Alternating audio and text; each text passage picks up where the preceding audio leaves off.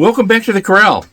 Today we're going to talk about what makes a book special when it has an inscription. Now, by inscription, I'm not talking about an author's signature.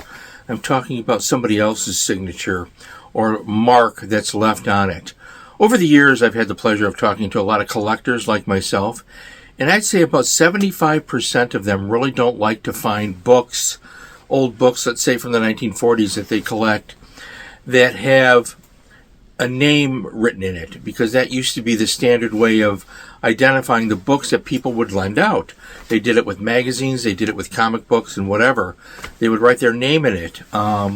When giving books as a gift, they would write their name in it, and to so-and-so from so-and-so.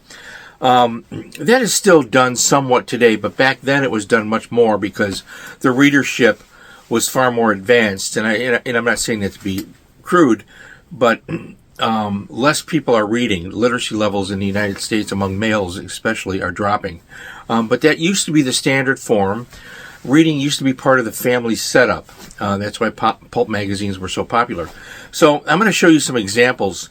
I fall into that rare category of collectors that really enjoy finding old books I collect with inscriptions from people other than the author.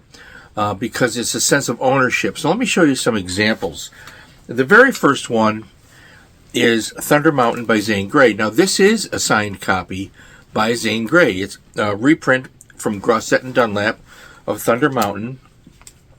And it was published with a special end paper, a Western end paper. And right over here you can see, let's see if I can show it to you. Zane Grey signed it. And it says, "Your trail and mine cross in mutual love of the Great West. Sincerely, Zane Grey." And he signed many of these. I don't know how many. I wish I knew. And this was 1938. He died in 39. So, I'm sorry, 35 was the original copyright from Harper & Brothers.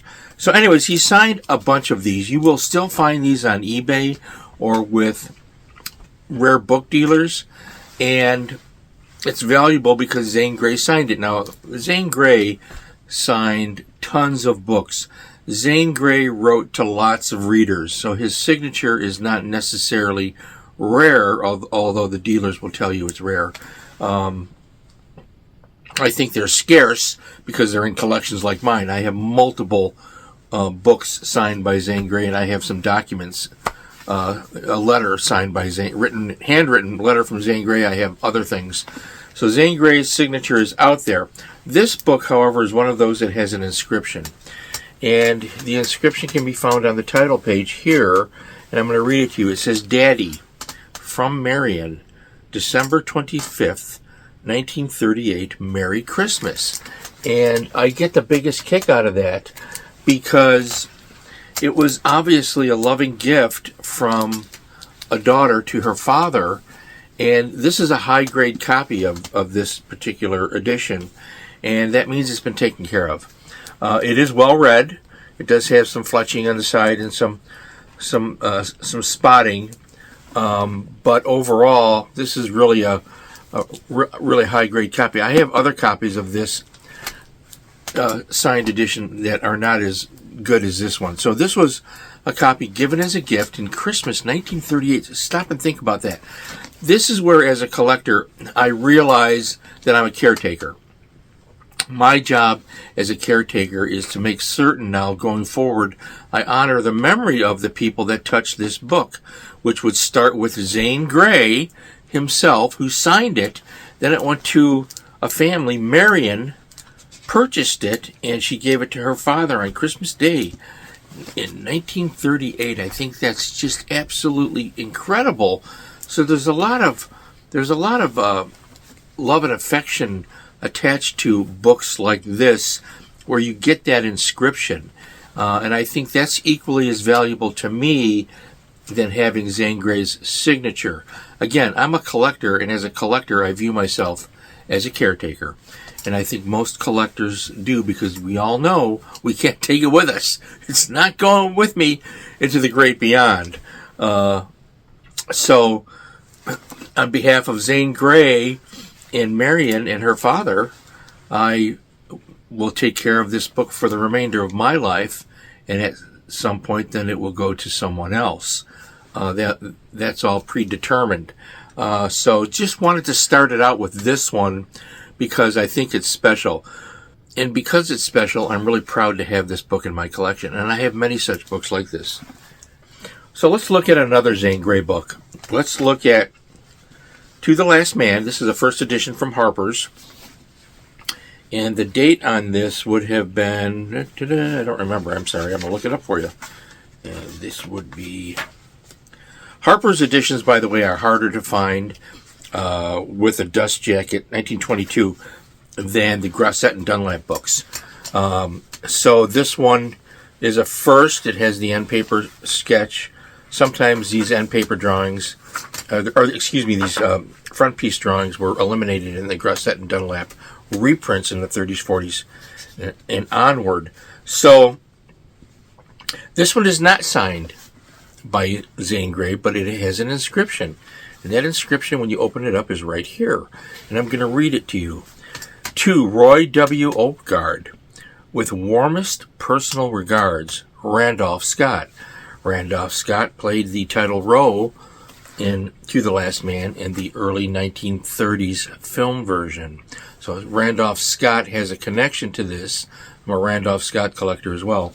And so I purchased this at auction many years ago, and this is also something. Now this is interesting because this one, I know something about the inscription. Roy W. Oakgard, who Randolph Scott inscribed this to him, was a major passionate book collector. His books still show up in auction catalogs to this day. In fact, I saw one listed on the internet from Sotheby's, and I've seen them on eBay. Depending on the book, they can be expensive or not. He sought out authors and personalities such as this. He sought out Randolph Scott, and he had them sign these books. Sadly, I don't have the original dust jacket, but and this is a good copy. It's not pristine, so this copy has been well read. But to Roy W. Oakgard, if you see that name come up, he was a major book collector, and I might have one other book of his somewhere in here. He also sometimes put a sticker in there with his name on it, and so his name is out there for us collectors. We know about Roy W. Oakgard and his fantastic collection.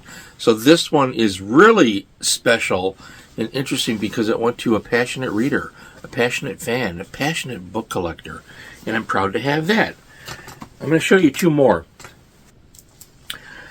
As I've mentioned in probably too many episodes, I'm a collector of Robert Nathan first editions. Robert Nathan, who wrote The Bishop's Wife and Portrait of Jenny. And I have multiple signed copies.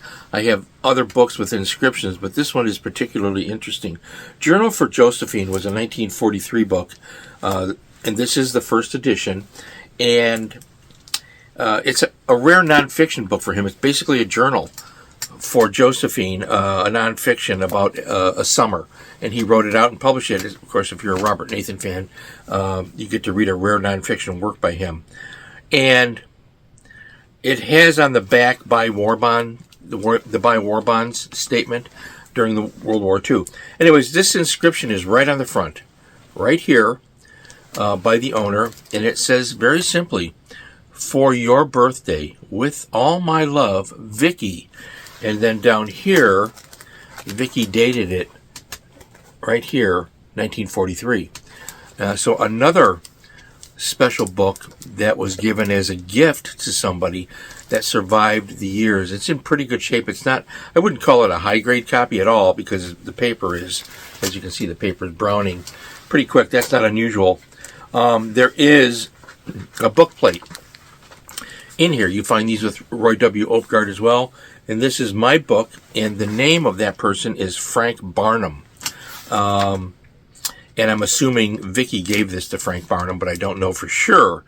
And because it was so well cared for and lovingly inscribed. I consider this another preeminent book for me to be a caretaker of, and I'm really glad that I have this to be a caretaker of this. I have multiple Robert Nathan books of this nature.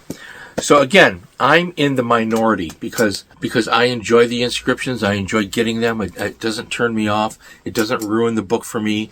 It simply means it was lovingly handled. Somebody that cares about reading, giving gifts, and it's something personal from our human history. And rarely done today. People don't do that to books today, do they? Do they? I don't know. I don't know anyone that does. My mother used to do it all the time. I have quite a collection of books with very interesting inscriptions over the years.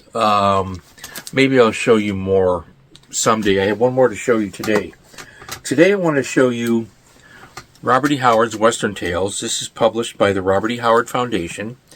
And the Robert E. Howard Foundation puts out splendid books, really beautifully designed and books. And this one has something interesting about it, because the artist in this, Thomas Gianni, who died in 2020, he drew this beautiful haunting illustration on the front sheet, and he signed it. You probably can't see it. It's down here on right about here, and so you can take a look at that. It's a haunting illustration. I met him, gosh, I don't know, C2E2 or maybe there, and the Windy City Pulp and Paper Convention. I did not know the man. I simply met him and said hello and looked at his artwork. He was very kind, incredibly talented. So I saw this one come up on eBay, and because I'm a Robert E. Howard fan, and I love the Western Tales, no surprise there, right? And I saw that he had drawn this, and they were selling it on eBay. I don't remember what I paid for it, but I remember I bid on it. I watched it, and then when I'm going to bid on something on eBay that I really, really want, I wait till the last 60 seconds, and then I slam out whatever the latest rate is. I like double it or something to make sure I get it. Sometimes I lose, but most of the time I don't. But I did get this, which means I now have a very special edition with a very special illustration by a very special and creative individual that I had met, at least briefly, at a convention, probably 2 conventions, and who is gone now. And so I am now the caretaker of this book.